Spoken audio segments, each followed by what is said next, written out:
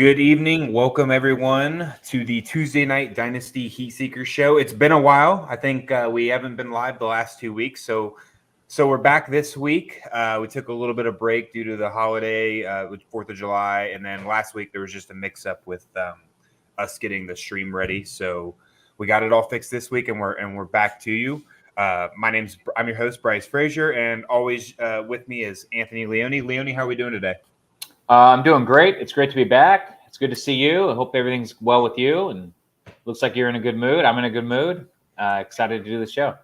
Yeah, just woke up from a nap, so fully rested for now until about another hour and a half. When this stream ends, I'll be right back in bed. So, but unfortunately, even with like being away for almost like 3 weeks or two, we haven't really had much more news and notes. Obviously, there's little stuff that we're not really going to touch on, like N'Keal Harry signing or getting traded to the Bears. But in other big news, Desean Watson, there's a report that he is only going to miss maybe 4 to 6 weeks is what we're hearing right now. I think if it was a year long, I feel like it would have been handed down already. You go to the stuff in the case, but I don't know if you read much into it, Leone. I know one thing that really helped him was that apparently one of the alleged victims' son was basically telling the court or whoever is in charge of this process that his own mother's claims were illegitimate. So I think that was like a big part in this process of why like that year was almost like inevitable, and then out of nowhere now it's like looking to be like a reduced sentence. So obviously for fantasy reasons, that's great for any of you guys who own them.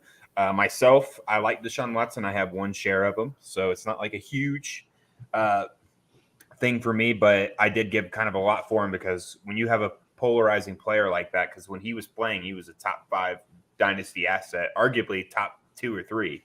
A guy like that, you're going to have to trade a lot for, especially for the people that have him that aren't going to sell him cheap, because if you're playing super flex, quarterbacks are gold. So, Leone, what are you thinking about this Desean Watson situation? Yeah, there was another report too where if he had a full year suspension, that he would sue the league.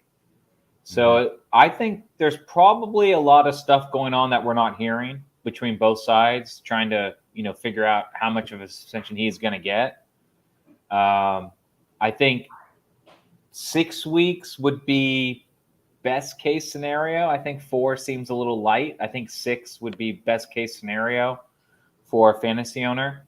And then I think we're still probably looking closer to a full season. So if I had to, wager which side, let's say over under 8, I would go with the over. What do you think? Under 8? What's your feel on it? Honestly, like it's so hard to tell with this situation. It's unique in nature. I'm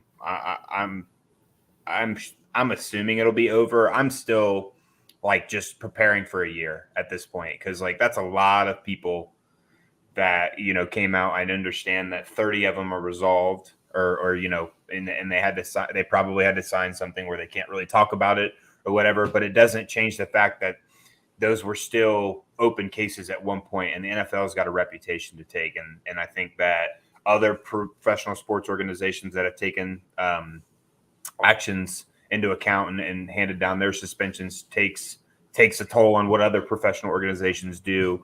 We're not going to get all up into it, but I'm thinking it's still going to be closer to a year. That's what I'm just projecting. But I like to kind of prepare for the worst when it comes to situations like this. So sure, yeah. And in the chat we got CXK saying Anthony. I thought it was your doppelganger. Good evening, Heatseekers. How are we doing? And then Rick's in here. Hey, thanks for tuning in, guys. Keep the chat busy. Ask questions. We'll get to them at the end. And Rick makes a good point here. When Myles Garrett got 6 weeks for almost, was that when he about murdered Mason Rudolph with his helmet? Is that what that was for? Yeah. So I'd probably be. Yeah, that's probably just as bad. So still possible 6 more to come out. We know this because Texans settled with 30 women. So yeah, and that played a factor, and we talked about it a while ago. How it's a difference when you have a whole now organization in here. So I think that's why things got a lot quieter on it once the Texans organization kind of got brought into it. I agree. And then in other news, with definitely some fantasy relevance, is Rashad Penny apparently is reported to get 20 plus touches a week.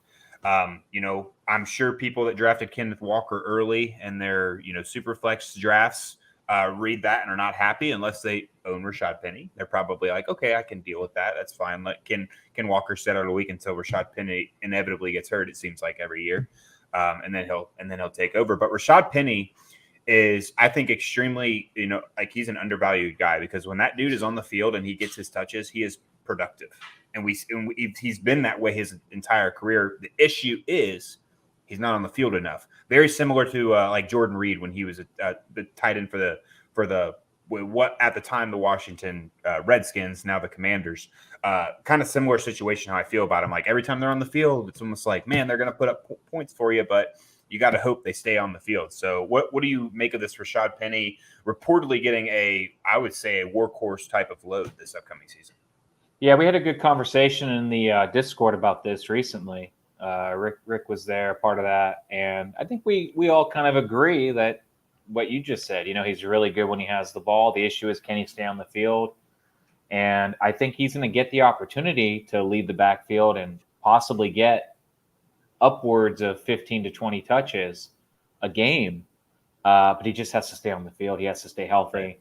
So yeah, we're in agreement there. I think if you're drafting and Penny is, kind of slipping a little bit, I don't know if he is anymore, but I think he's a pretty good buy candidate just because his value is a little bit lower than it should be, just because he doesn't have the resume because he's been hurt. So there's a lot of good upside with Penny. But at the same time, I still think Walker's a good ad as well. It may not be his season this year, but especially if Penny can't stay healthy, his time may come sooner than we think. Yeah, I mean, Rashad Penny is 26 years old, but he was a former, I believe, first-round pick, right? And Ken Walker was he the third round or fourth round? I believe he was. I believe he was third or fourth. I don't remember exactly. I think it was third, may have been fourth, one of the two. Right. So the Seahawks invested a lot of draft capital in Rashad Penny. So if he's healthy, I think he's going to get definitely the first opportunity. And if he gets this workload and he keeps his efficiency, even a little bit less than what it has been, you can expect him to be productive for your fantasy team. He's a guy that I'm sending out second-round picks next year to see if I can get a bite because, I mean, that workload was insane. Yeah, and Rick says he has played 10-plus games in all but one season. Most running backs miss 2 to 3 per season, so the additional 4 to 5 games is baked into his value. Sure. Yeah, absolutely. But, I mean, that's a decent amount of time missed every year that, and how much of that is near the end of the season where it matters. Because I know he popped off at the end of the season this past year for fantasy owners. He was in a few championship teams in some other leagues that I'm in. But definitely a guy worth taking a stab at if you don't mind the injury risk. So let's get into our show for this Tuesday. So we're going over, I believe the last time we went over overrated wide receivers. So we're jumping over to Dynasty overrated running backs. And again, we're using Sleeper's ADP values on these guys. And Lady, why don't you kick it off with your first guy? Sure. Well, for me, this is easy. This is a guy who we've seen just have hype left and right. And he's electric. Don't get me wrong. But it's Tony Pollard. Running back 31 ADP, and he's made big plays, but unfortunately he's a little inconsistent. And he'll have some games where he'll have a huge run, get huge score. He'll blow off the fantasy charts, but then there's other games where he just won't be as involved because he's not the main back. And a lot of times last season he was really efficient. But he was getting a lot of cherry-picked, easy type plays. For example, if it's 3rd and 2, who's running the ball to get that first down? Zeke. Right. Pollard isn't going to get, those real short, down distance type plays. Instead, if it's 3rd and 20, who's going to get the ball? Tony Pollard, because he's a more electric player with more upside. Maybe he can turn a little screen pass into 20 yards. He did it quite a few times this past season. But those numbers, when you look at the end of the season, those numbers are extremely misleading because Pollard's not getting those short, down for distance plays that really lower your average run per carry because he's getting cherry picked into all these favorable situations, spelling Zeke. So I can see why Zeke's probably a little upset with the situation, looking like he's the slower of the two. I mean, he is the slower of the two guys, but, looking like the old rundown, shouldn't even be on the field type guy. Zeke is the lead back. Zeke will be the lead back. And if you can draft, if you're on the clock at RB 31, 30, 31, and you have the choice between Zeke or Pollard, for me, it's easily Zeke. Zeke is going to get the touches. He's likely going to have higher touchdown numbers than last year, assuming he stays healthy. And Pollard, RB 31, this is like max value for him. Do you ever see him leading the backfield on any team? I don't. You're basically hoping Pollard becomes an RB2, 3 every year. How much longer can this really last? And at RB 31, it just doesn't make sense to take him because his value can't really get much higher. It can only get lower. And guys that come to mind is, like Tariq Cohen, Boston Scott. There's a lot of guys like this who are electric, who get exciting plays and do well, but then never become anything else. And that's what I think Tony Pollard basically is. What do you think, Bryce? I agree. I think he's like another Naheem Hines to an extent. I think that's a really good comparison of like the electric, like they can provide for a team. But Tony Pollard is best, like he is best at the role he's in right now. And let's not get it twisted. And Rick just mentioned in the chat, and I've been harping on this all last season. I'm projecting a Zeke bounce back year. He got hurt early in the season, and he did not give him time to rest. Like he wanted to play every week, and it was always reported that Dallas might hold him out, but he would not. He kept wanting to be on the field. Tony Pollard is a great change of pace back, and that's the best he's gonna be. He can't carry a workload of 20 plus touches week in and week out like a guy like Zeke is built to do. He can't block nearly as well as Zeke. Zeke is probably the best blocking running back in the league, or at least arguably. That's a huge asset to have as a running back there. It gives quarterback comfort, things like that. It keeps you on the field.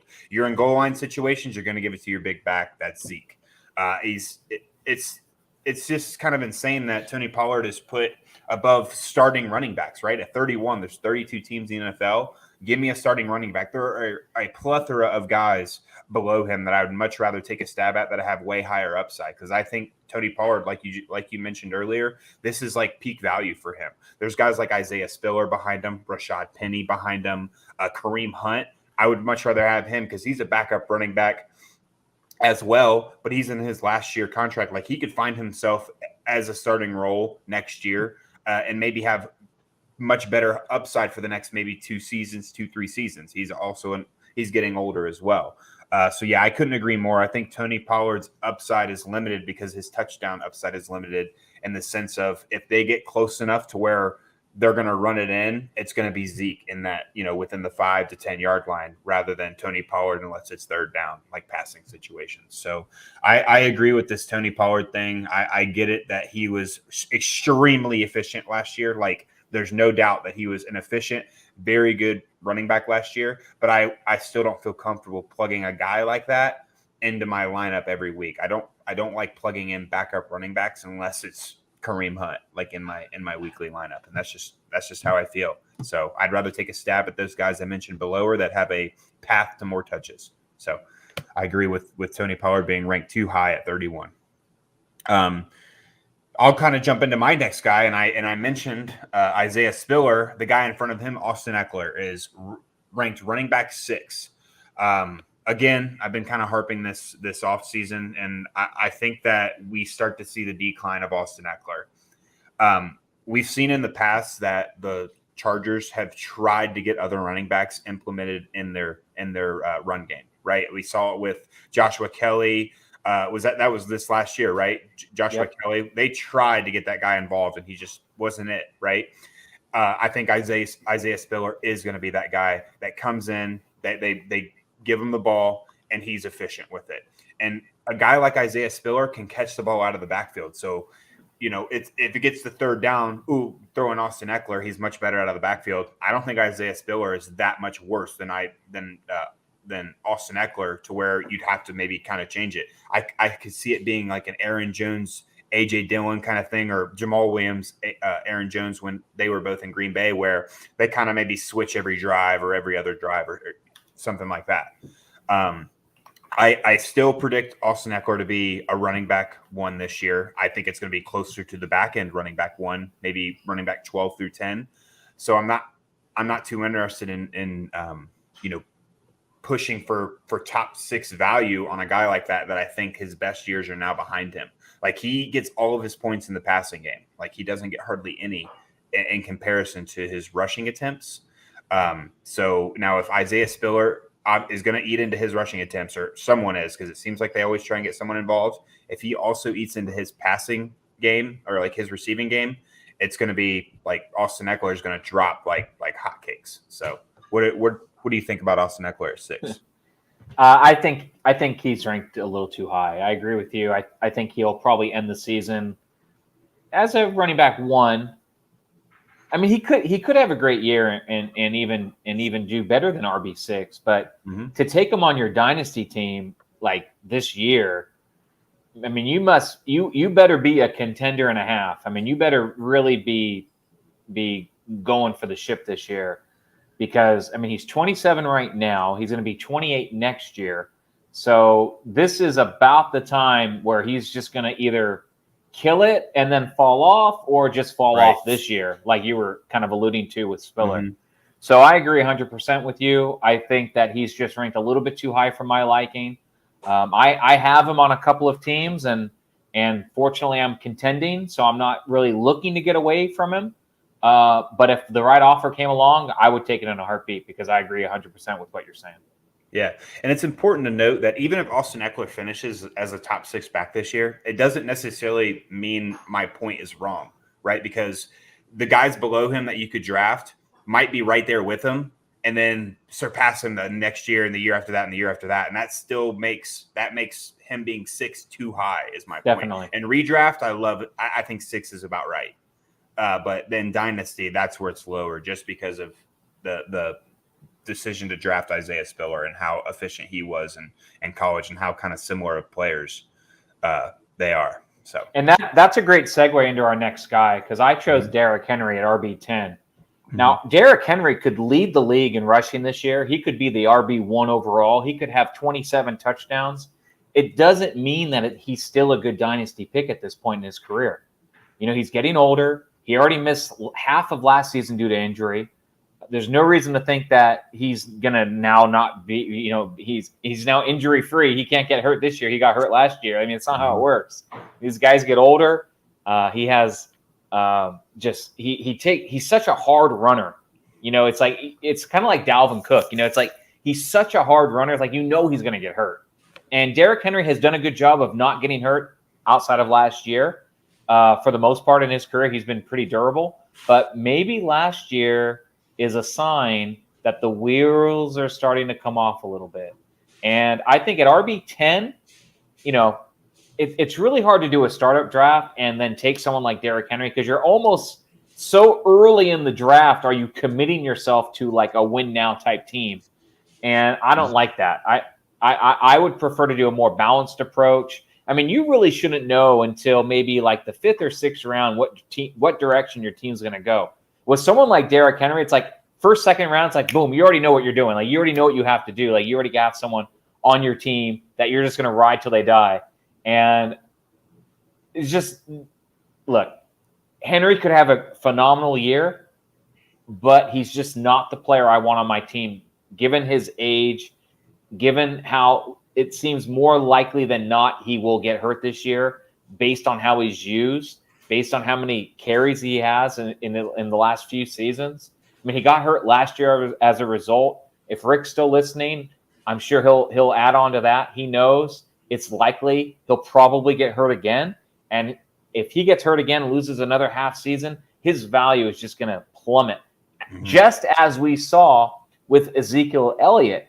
Zeke is like RB like 30 now. I mean, he's fallen way down from last season.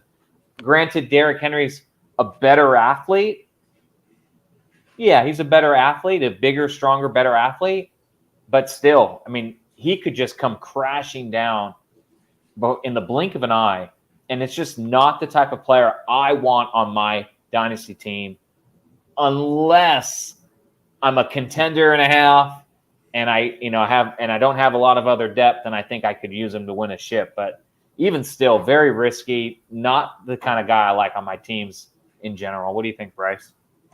I agree. And there's another guy that I'll mention later for mine that I kind of have the same approach. It's just he's peaked, right? I mean, he could help you win this year, and he probably will finish inside the top 10 if he's healthy, probably closer to top 5. But again, it doesn't mean that RB10 value isn't still too low, because where does it go from that after that? Because that's a lot. He's got a lot of wear and tear these past few years. And teams know he's coming, even though they can't stop it. But he's getting hit hard. He's getting hit low. He took some damage last year. And I believe Rick wrote a great article about like the drop off after a certain amount of touches with running backs, and Derrick Henry fell victim to it. Christian McCaffrey fell victim to it. So it's a trend that keeps happening. So it's like you can't ignore the obvious when it comes to these guys receiving this type of workload. And you mentioned Zeke, the same thing. He got a lot of touches early in his career, and it's been wearing on his body. So they're going to have to somewhat limit his touches, or at least scale him back if they want to keep him healthy, especially if this team is looking to make playoff runs and things like that. And again, there's just guys lower than him that are younger, and it's not unbelievable that they finish above him, like J.K. Dobbins, who maybe not this year because he's not expected to start week 1, but Cam Akers is another guy, Saquon Barkley. I know all three of those guys have got injury history now, but still, they don't have the amount of volume that they've gotten through their careers that he has. So they're still relatively fresh in regards to that sense, and I'd just rather take them because I think they have a higher percentage of finishing in the top 10, top 8 for multiple years. Sure. Where I think Derrick Henry doesn't. Yeah, last season after Derrick Henry got hurt on one of my teams where I was competing, I decided to trade him straight up for Chris Godwin. I needed some wide receiver help, and I figured, well, maybe I can win the ship with Chris Godwin. And ultimately, I ended up getting 3rd, I believe. But I'm still happy with the trade even today. I mean, I wouldn't trade Godwin away today for Derrick Henry. So, just not a player I'm looking to really roster. And I'll segue into a guy that's getting kind of older that I think some of this stuff we just talked about applies to. Alvin Kamara at running back 11. He's turning 27 this year, and has he had a suspension handed out yet? I don't think he has, but I think that there's going to be one. Even if there's not, a running back 11, again, the guys I just mentioned, like, I think I'd rather have them more at this point in their careers. And I'm just not willing to take the risk. Like, he's turning 27. He could miss a few games this year, if not half the season, because of that assault during the Pro Bowl week. So do I want to invest a top 11 pick in a guy that's 27? I don't know if he's turning 28 this year or not, but odds are the best years are behind him, right? So I just don't see the point in getting a running back 1 that I don't have much confidence will be a running back 1 for 2 to 3 more years, where I could see the guys that I mentioned previously, Akers, Dobbins, Saquon Barkley, being running back, having a higher percentage of being a running back 1 for the next 2 to 3 more years. So that's just kind of the same thing with kind of Derrick Henry applies to Alvin Kamara. He may scrape through 2022 and get hit in 2023. So 2 of his last probably valuable years, he's probably at least going to – one of the 2 last valuable years, he might see some suspension time. So that's kind of like Rick just mentioned here. I may scrape through 2022 because you know how the NFL is. They like stuff to get handled outside of it before they deal with it themselves a lot of times. So, yeah, it just makes my point a little bit better for me I think if he misses any time these next 2 years, it definitely lowers his chance to be a running back one both years, where the other guys I think could be running back ones for the next couple or more years. What do you think about Alvin Kamara at 11? Yeah, I mean, I agree. Although, of all the guys, I mean, if we're talking about like Austin Eckler, Derrick Henry, of all the guys, I think Kamara is the best one, just because he's a little bit cheaper and he's a little bit younger, not by much, but a little bit. He's a little bit cheaper. He's 11. Derrick Henry was 10. Yeah, so he's a little bit cheaper. one spot cheaper. And 5-6 spots behind Eckler. He's a little bit cheaper. Okay, yeah. But I think you still get about the same upside, with Kamara. Mm-hmm. Although with Winston, that's the thing that scares me. I don't know if Winston's not going to really check down the ball to him that much. It seemed like when Winston was quarterbacking prior with Kamara, he didn't really have a lot of great games. Yeah, his best years are gone. That's a no-brainer. He's also a guy I'd shy away from. Mm-hmm. Of all these guys in this age range, Eckler and Henry and all these Mixon, all these guys, I think Mixon is the best one just because he's a little bit younger. What Dalvin? Yet, see, Dalvin's close too. I think Dalvin gets lumped right in here with all these same guys. Okay. I don't see how anyone could argue Dalvin as a better upside long-term play than Kamara or Eckler. I mean, they're all about 27. I like Mixon more than all of them. I do as well, but he's also a year younger. Yeah. And all these other guys we're talking, I mean, how can anyone really say, oh yeah, Dalvin better than Alvin Kamara? I mean, they're all really similar. I'd probably have Dalvin a little bit more than Kamara, like right behind Mixon, personally.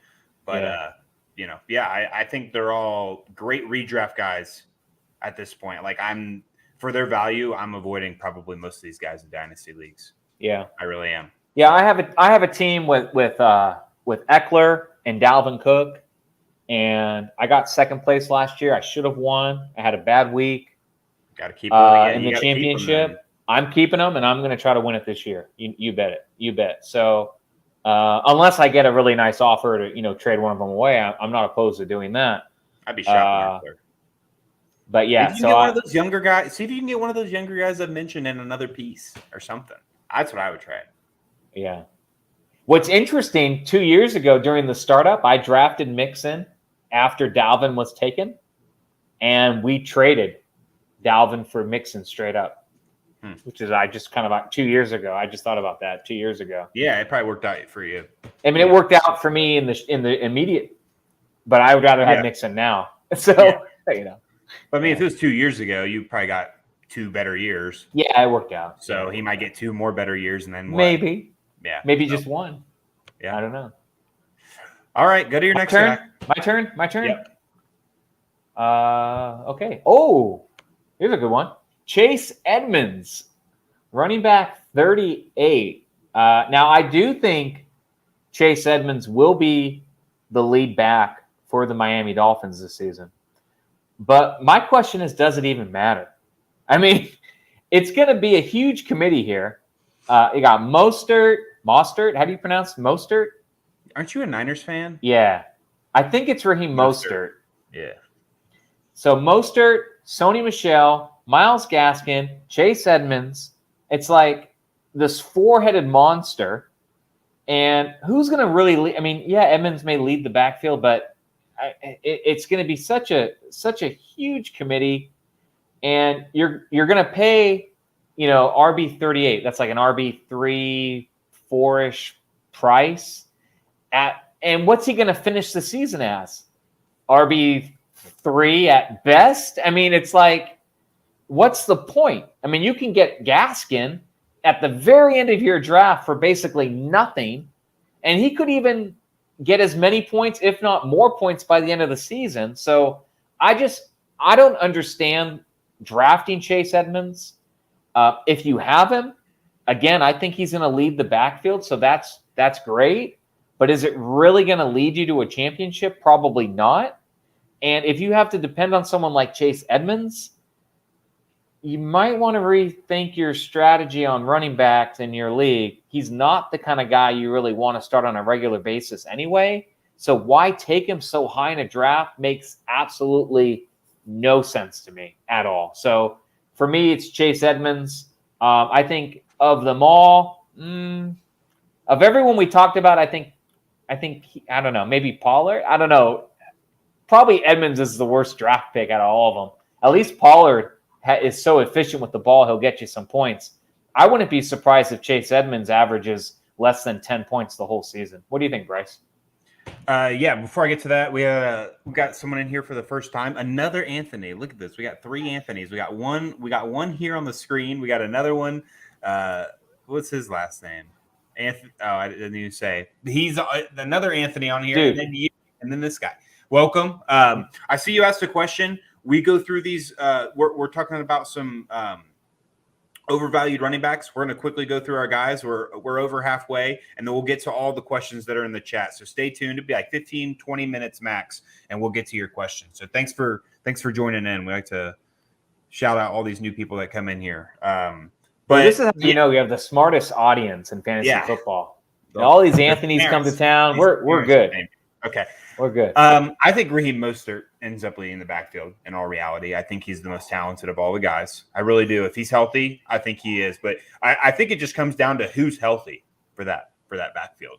And they're gonna ride with the hot hand. I don't know who they give the hot hand to first, but I think inevitably Mostert takes over and he's the best. He's just the most explosive. And when you don't have like a really great O-line, the guy that has that explosion and the ability to maybe make not very good blocking look better than it is, it's going to be Mostert because Sonny Michel's too slow.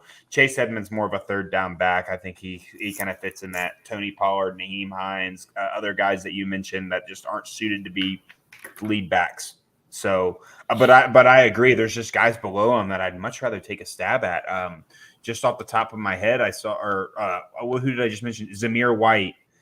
Give me him all day over him.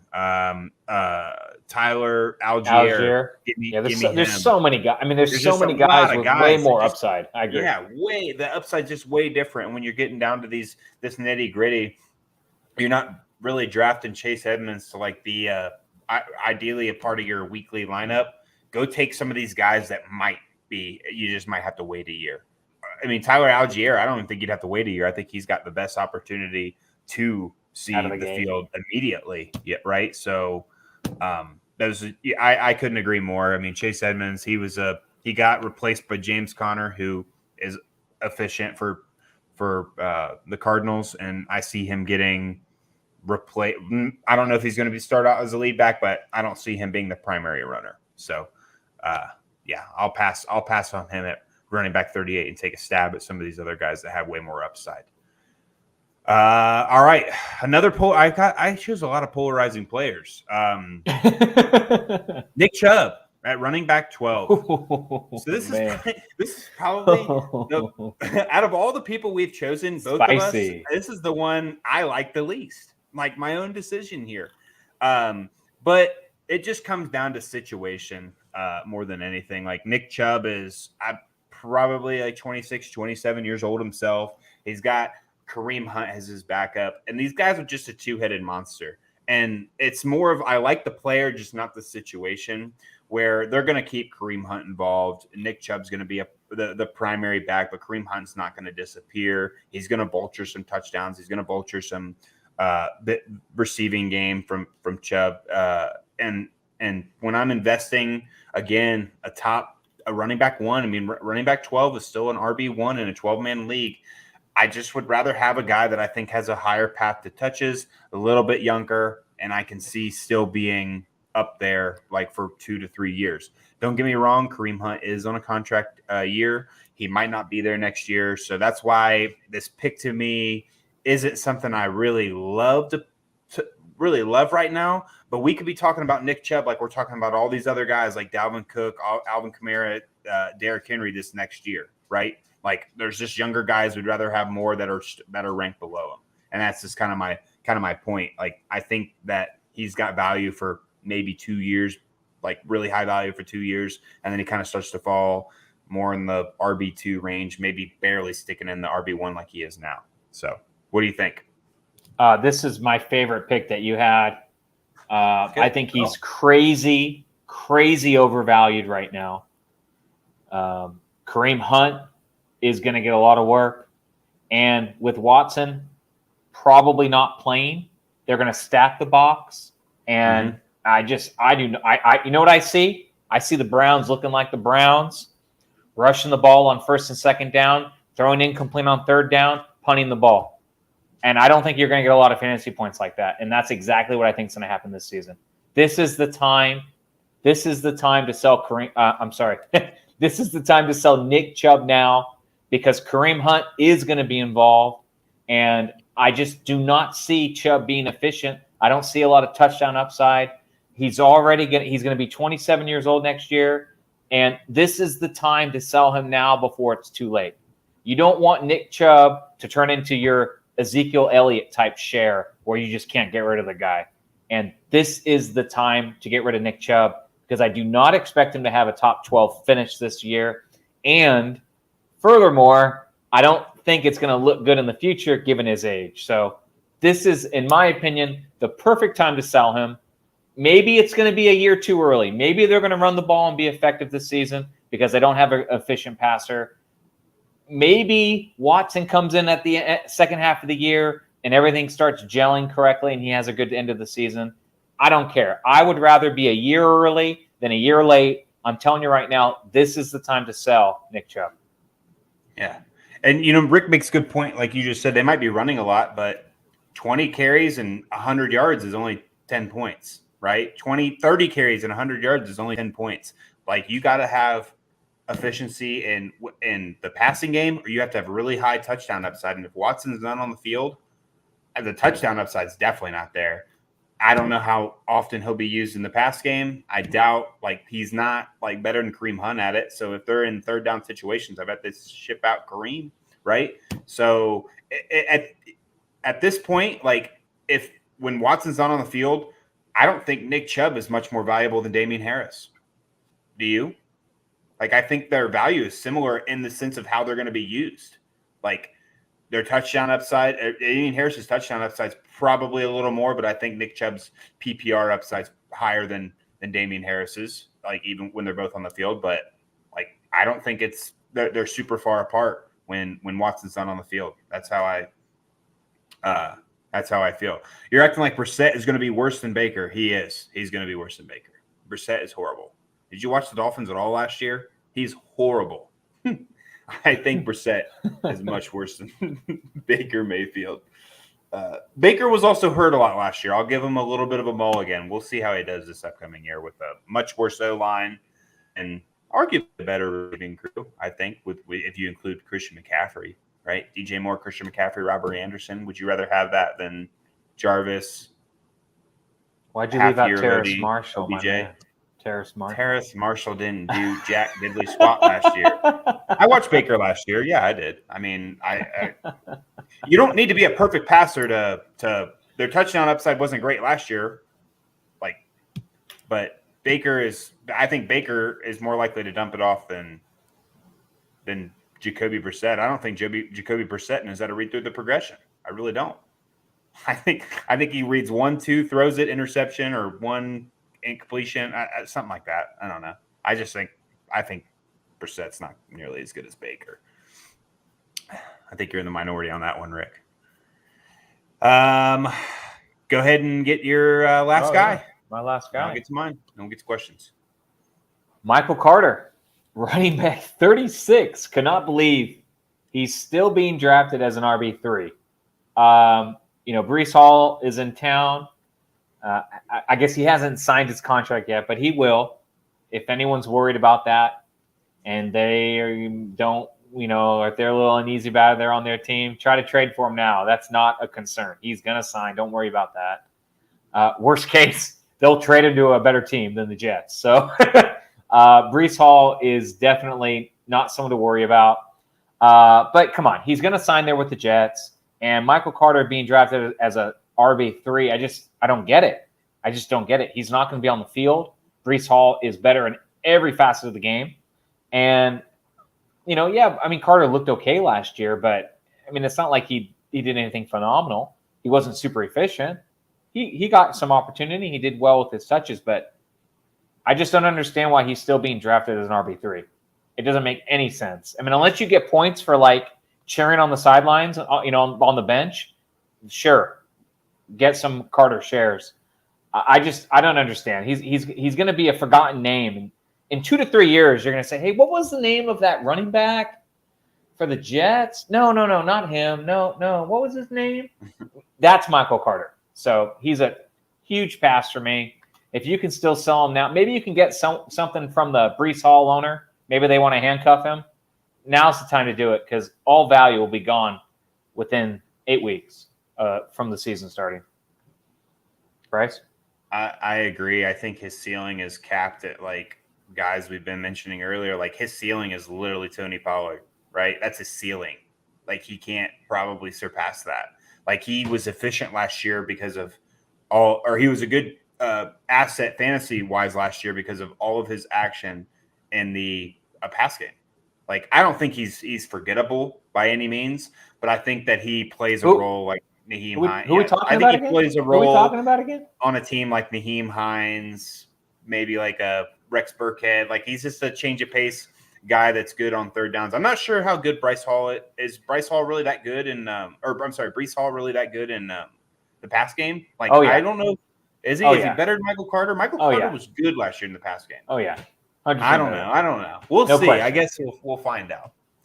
But I don't think he's a forgotten name. That's a bit extreme. But who are we even talking about right now? I forgot. Right, you already forgot. No, he's definitely going to be like a backup running back that we'll know his name in 2 or 3 years.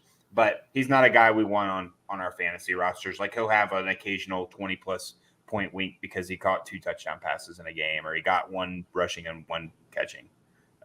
Yeah, I forgot Breece Hall's name. I thought it was my name. So yeah, his value's too high. Again, guys, 36. There were guys we mentioned earlier. Zamir White, Tyler Algier, I think is ranked around there. Zamir White definitely lower. Give me those guys. Again, the path to getting more touches and being more involved and being an RB1 are just way higher. Like it's a slam dunk when it comes to Michael Carter being 36. Let me take a pass on that and go for guys that have way more upside. Last guy, and then we'll get to these questions. AJ Dillon, running back, 26. And similar to Nick Chubb's situation, like I like the player, again, just not the situation. When I'm drafting a running back, that like I would assume he's still considered the backup for Green Bay with Aaron Jones still there. I just would rather have a guy that I think has a path to 20+ touches, where I just don't see that for AJ Dillon. I could be wrong. I think that he should be the only guy there. Like if Aaron Jones was gone, I think AJ Dillon would be a top 15 asset to have. The dude's enormous. He's not bad in the pass game whatsoever. He is a brute runner between the tackles. He's got Aaron Rodgers is on the team. The touchdown upside's still high despite whatever wide receivers are catching the balls.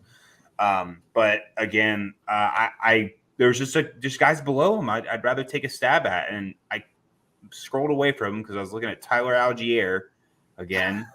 But if you say Michael Carter's name, I'm going to disconnect the stream right now. No, Michael Carter, but not Michael Carter. But like I almost would rather have.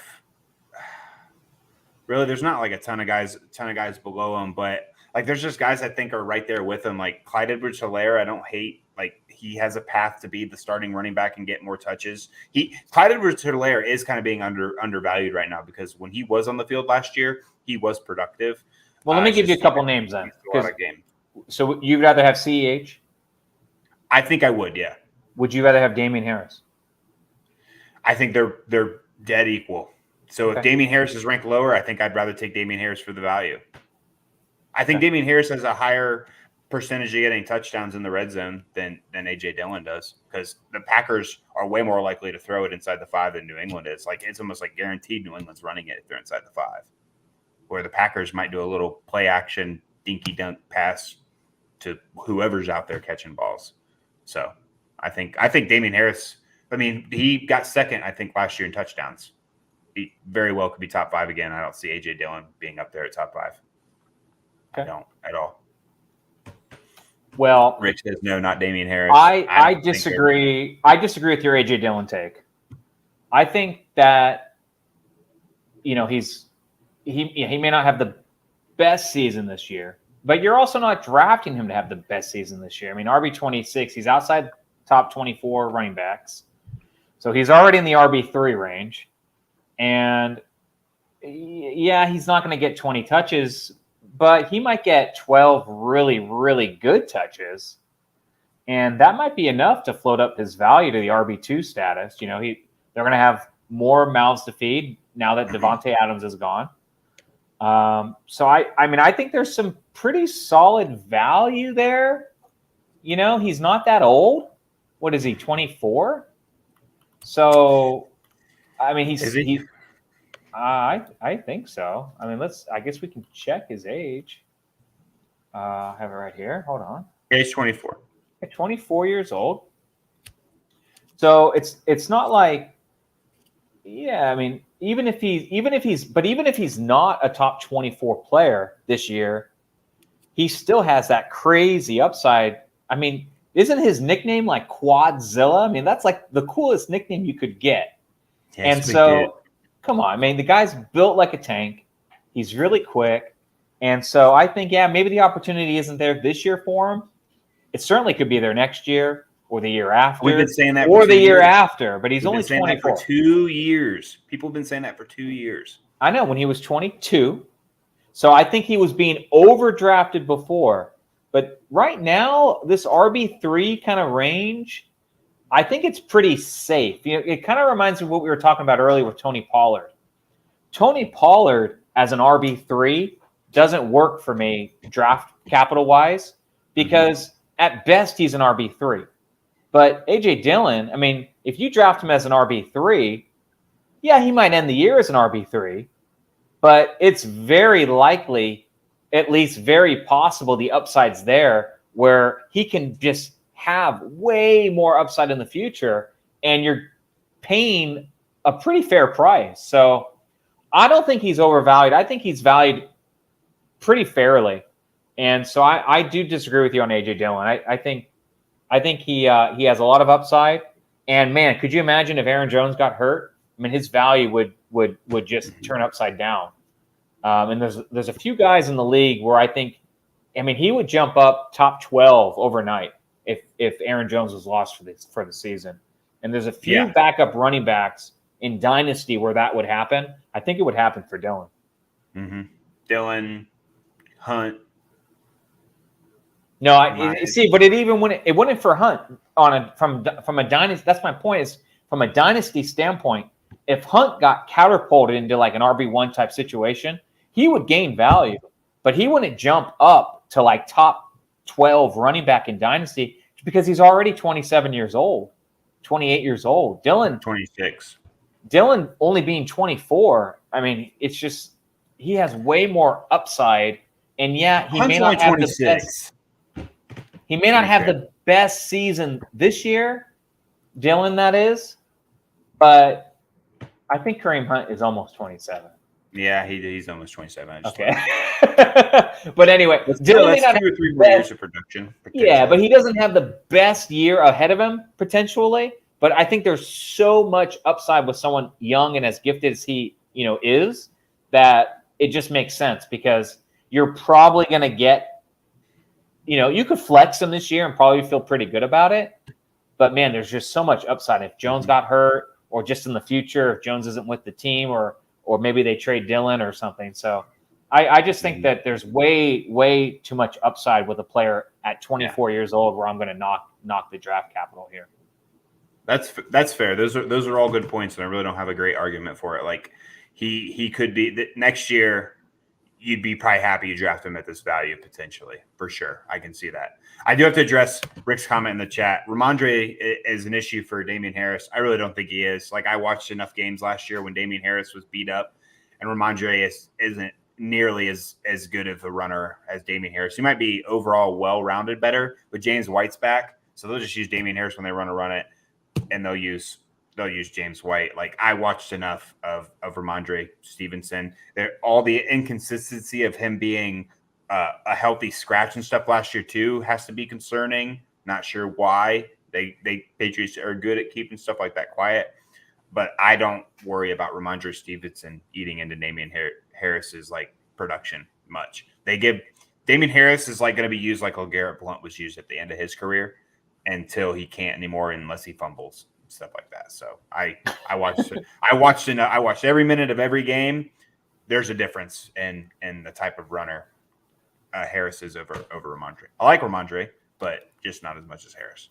He's a great guy to have if Harris went down, if anything. So, all right, we're done with that. So before we get into questions, we'll go ahead and end this session for those listening to this in a podcast form. Thanks for listening, guys. Next week, I believe we'll be talking about overvalued quarterbacks and tight ends. So we will see you guys next week. Thanks for listening in. Thanks, guys.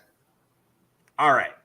CXK had the first question early in here. Dynasty 12-team PPR. Would you trade away Trey Lance for Zach Wilson, T. Higgins, and a 2023 first in a heartbeat? Yes. In a heartbeat. No question about it. I think I'd rather have Zach Wilson than Trey Lance. No, I wouldn't. I'd rather have Trey Lance, but I think I'd rather have Zach Wilson. No, I'd rather have Trey Lance, but you're getting Higgins and a first on top. I mean, it's no question. I would say I almost would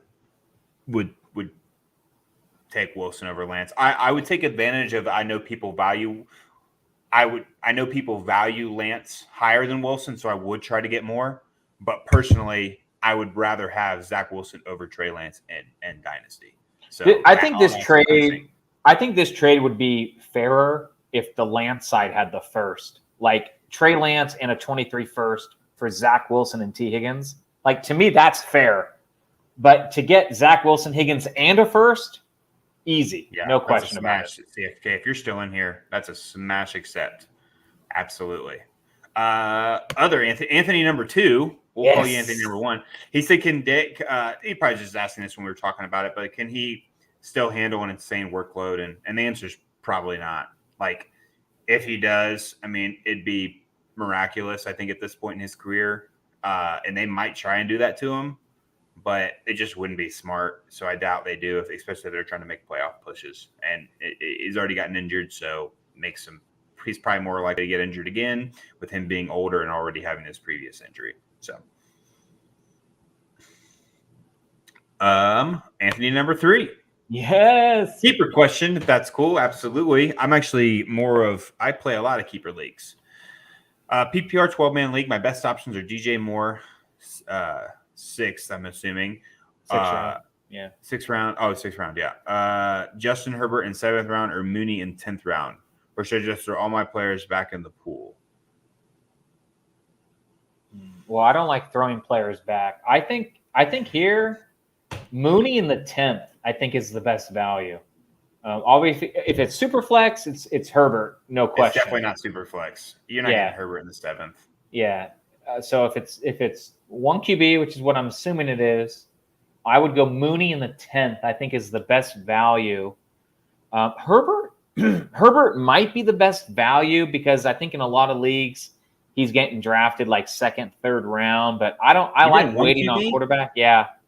Oh yeah. No way, I'm taking that. I like waiting on quarterback. So for me, it's Mooney in the 10th. Pretty easy decision in my opinion. Bryce, maybe DJ Moore. What do you think? The answer should be DJ Moore, right? But just they're really neither of them are in great quarterback positions. I expect Justin Fields to have a much better year this year. I don't really expect Baker to have a much better year or Sam Darnold. I'm almost more excited to wait till both of those dudes suck enough to where Matt Corral gets an opportunity. I think I'm still going to rock with DJ Moore in the 6th there. I just like that player too much. It's close between him and Mooney though. Like, I like Darnell Mooney a lot. He gets open a lot. So let me go ahead and take that DJ Moore. Damien Harris was able to healthy scratch 10 games this rookie season. That's fair, Rick. That's fair. But like he wasn't like inconsistently a healthy scratch. Like they had him pretty much scratched, and they had better running backs in front of him. Like there weren't better. He's getting these started. You see what he's doing? He wasn't inconsistently a healthy scratch. What does that even mean? Like I think they were all consecutive. Like Ramondre would play, and then the next week he's consistent, Rick. He consistently gets healthy scratch. Play 3 weeks scratch. Play 3 weeks scratch. I've heard it all, man. I've never heard that. I love that. I love it. Like I think he was just like always scratched. Like I think the only time he wasn't scratched was when one of the guys above him on the depth chart was like was hurt. That's the only time like they called him up because it was Brandon Bolden. Rex Burkhead, freaking James White, and Sonny Michel. Like they already had 4. So why is Brandon Bolden above Damien Harris? Who knows? Put up Rick's new comment. Isn't it worse? No, because I think that was a depth chart. I think that was more of a depth chart thing rather than like why is Ramondre when they don't have any running back depth at this point in the season a healthy scratch? Why is JJ Taylor like? And I don't even know who their other dude was. Like it was Rick. JJ Taylor, Brandon Bolden, and Rick, don't you want to draft consistent players? Damian Harris was consistently scratched. No, consistently. He's pretty consistent this past year, wasn't he? He does have very, very, very, very, very little. No, it was funny. I know what you meant. No, it was funny. I know what you meant, though. It was funny, though. I know what you meant. Albert, if he's still in here, asks, "What's a fair value for Chubb in a trade?" It's a hard question when someone like asks you that. It's such a difficult question. It's like I almost need like a scenario of what to have there. But I would be targeting guys like Akers, Dobbins. You're probably not going to be able to get Javonte. Akers, Dobbins, and Barkley, and I'd maybe try and get a little bit extra, maybe a second. That's what I would be looking to do personally, because I am higher on those guys, like probably than most people, though. To be fair, but I think they just have a better opportunity. It won't surprise me if they finish above him this year and the years following. That's just my thing. I like their PPR upside much more, and their path to more volume. So, and for the foreseeable future. So that's what I would be looking for. Any other arguments? Again, that's just like I'm going for tit for tat. I'm going running back for running back and some. If you want wide receiver, quarterback, stuff like that, it's almost like you need situations put in there for us to maybe expand on. Yeah, I think you could trade Chubb straight up for Barkley. I'd rather have Barkley's upside, and he's a little bit younger. I would too. I think you could trade Chubb for a really good wide receiver, maybe even a rookie wide receiver. DK Metcalf comes to mind just because his value is a little depressed right now, but he's one of those guys that could easily retain value going forward, given that he's only 24, 25 years old. So DK Metcalf comes to mind. And generally what you really need to do when you want to do a trade like that is look for a team in your league that needs running back. Look for a guy who depended on Michael Carter last year or Cordell Patterson or, one of these guys that, you think is going to take a step back this season.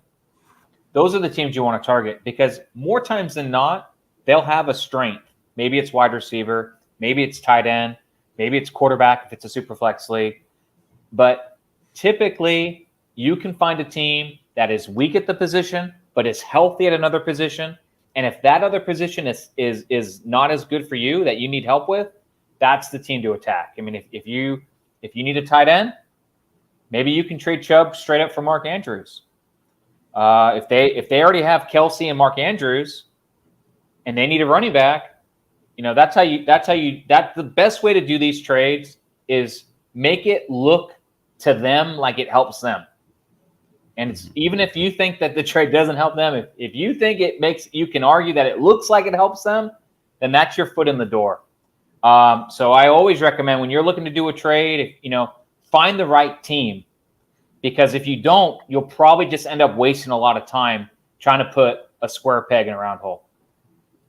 Yeah, the way I look at trades, like I always go about it very similar in all leagues. Is I find what I need, or I find the guy I want to trade. I look at my needs, and I look for guys I am higher on than the rest of most other people, right? And then I try and attack that spot. Okay, and sometimes it doesn't work out for me. Nice card, Leone. Already behind me. But it doesn't work out for me all the time because, like, sometimes I'll be looking for guys, like, for example, Mac Jones.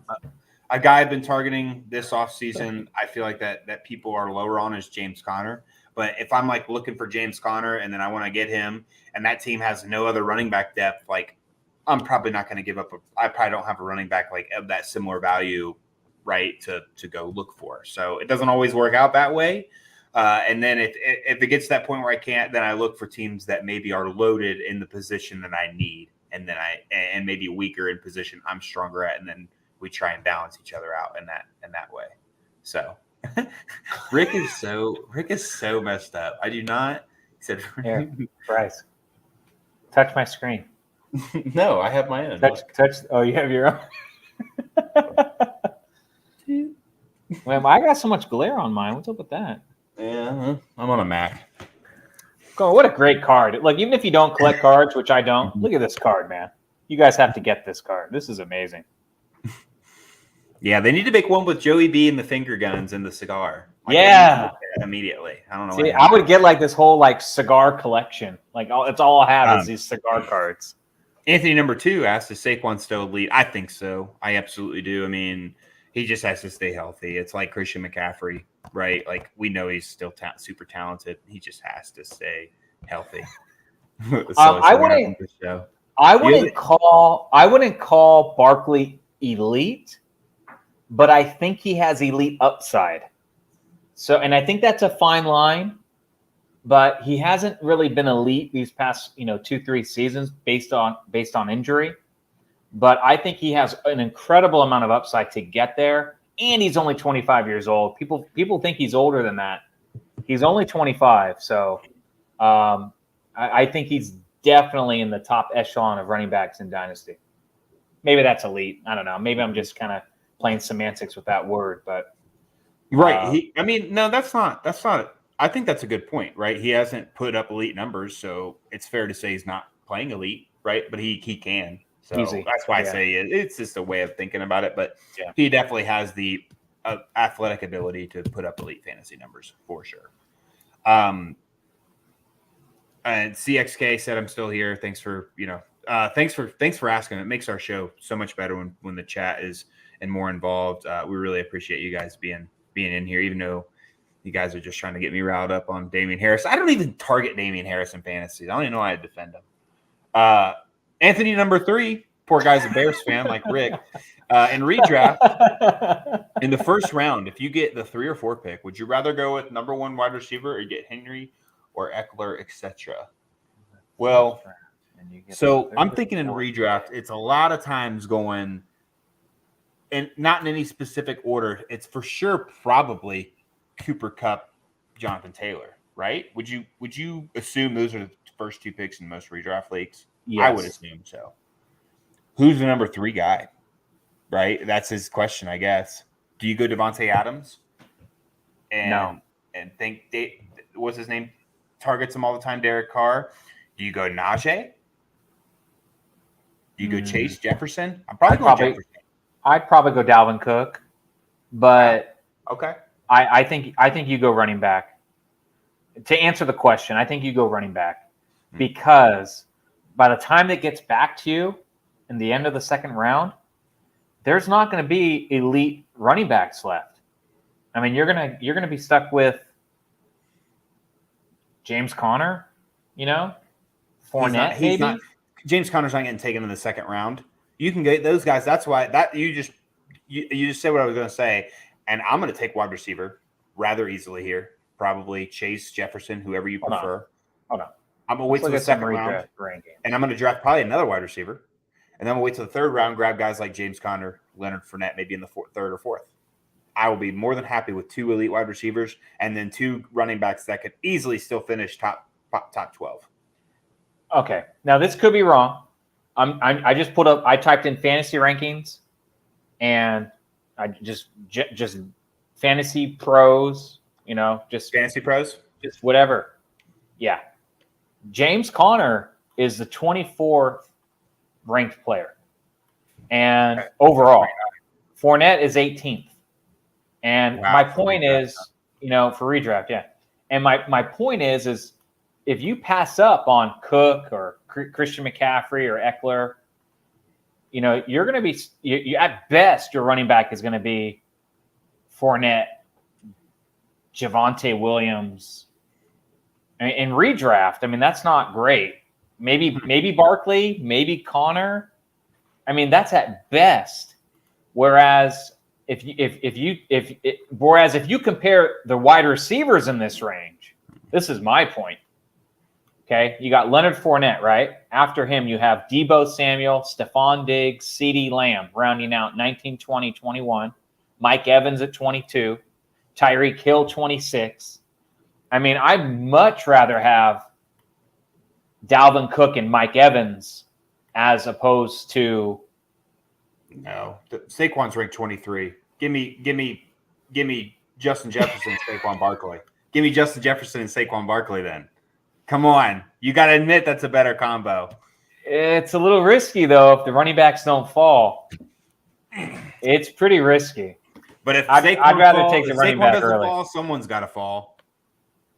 I take the running back early.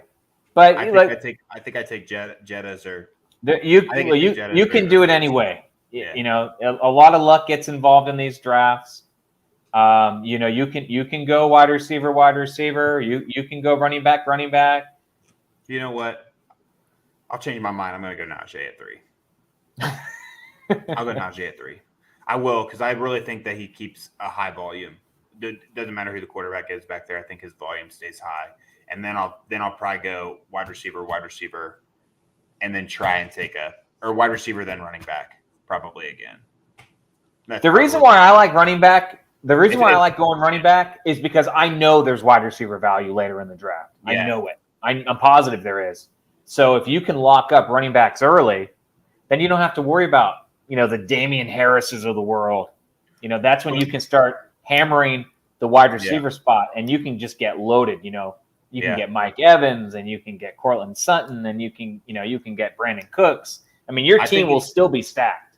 I think it's very likely that you could still get an elite running back and an elite wide receiver back to back, and then some running back is going to fall to your third. Yeah, pick. It's going to be somebody, whether it's a James Conner, a Leonard Fournette, somewhere in that area, someone's going to fall. They're just going to, for some reason, be like, I want the younger guy, which doesn't make sense in redraft, but somebody's going to do that. Like that's just what's going to happen. So I think that's what I'll probably do there if Najee's available at 3. But if Najee gets taken at 3 and you only have the 4th pick, I'm going Justin Jefferson and sticking with my original plan there. Because wide receivers are just putting up so many points now in fantasy. It's like kind of tilting to where you can have 3 really good wide receivers and then 2 mediocre running backs and easily win the league. So yeah, you can do it anyway. I mean, you can do it any way you want. The most important thing is it doesn't matter exactly what you do in the first and second round. Just make sure your following picks make up for any lost ground based on what you did. Mm-hmm. I mean, I went into the Scott Fish Bowl draft thinking there's no chance in heck I'm going to leave the first 4 rounds without a quarterback. And what do you know? That's what I did. So It's just and it's fine. You just have to change your strategy during the draft. So Anthony, my advice to you is don't get dead set on what you're going to do right now. It is July 19th. You have way enough time to figure out who you're going to pick when you're on the clock. But the important thing to just note is when you do make that decision, then you got to, bob and weave and make the right choices afterwards, depending on what you do. There's a number of ways to do it right. And just as long as you don't do it the wrong way, you'll be fine. That's fair. Yeah. Find who you rank those guys. You can't really go wrong with a 3 or 4 pick. You really can't. Just find who you like, take them there, stick with that plan. Go based on your personal value that you've you've concluded from either looking at other people's rankings, listening to these shows, or what? Because I can say right now, if I'm doing a draft, this ain't boxing. If I'm doing a draft and I say, okay, look, I'm going to go with Dalvin Cook at 3 because I think there's a good wide receiver who I'm going to get in the second round, and all of a sudden you're doing the draft and let's say DeAndre Swift makes it all the way back to the end of the second round where you thought, oh, I'm going to get a good wide receiver here. Well, if someone falls like that, it's like, yeah, I'm going to take DeAndre Swift here. Thanks, guys. So you don't, just do what the draft gives you and, change your strategy based on what's happening. Don't get too set on, I have to get a wide receiver here, and then I have to get a running back there. Yeah, that's the wrong way to do it. I'm taking best available on who I have best available on the research I've done for probably the first 2 to 3 rounds. Yeah. Like, fill your roster. If you can only start 2 running backs, don't take running back because that's best available. I definitely want to try and fill my starting roster, but be careful. Like Scott Fish, for example, there's no trading. So you cannot draft best player available. I mean, you can. I wouldn't recommend it in every, because you can't trade. So if you're on the clock for 6 rounds and it's like, oh, these wide receivers are, you're taking all the best player, all these wide receivers, your team's not going to make sure your roster is structured the way you want. But in regular leagues where you can trade, draft best player available, you'll be able to get that value back when you trade and get some other players afterwards. So yeah, definitely. All right, that's it for our questions. Everyone that was in the chat today, thank you so much. That was it was much better than it has been in the past. We're getting closer to the season, so we're getting more people in here, more active, more questions. It's great for us as the host and co-host Leone on the show. It just makes things much better for us. So again, thank you guys, and we will be back next week with overvalued quarterbacks and tight ends. We'll see you next Tuesday. Rock and roll. Thanks, guys.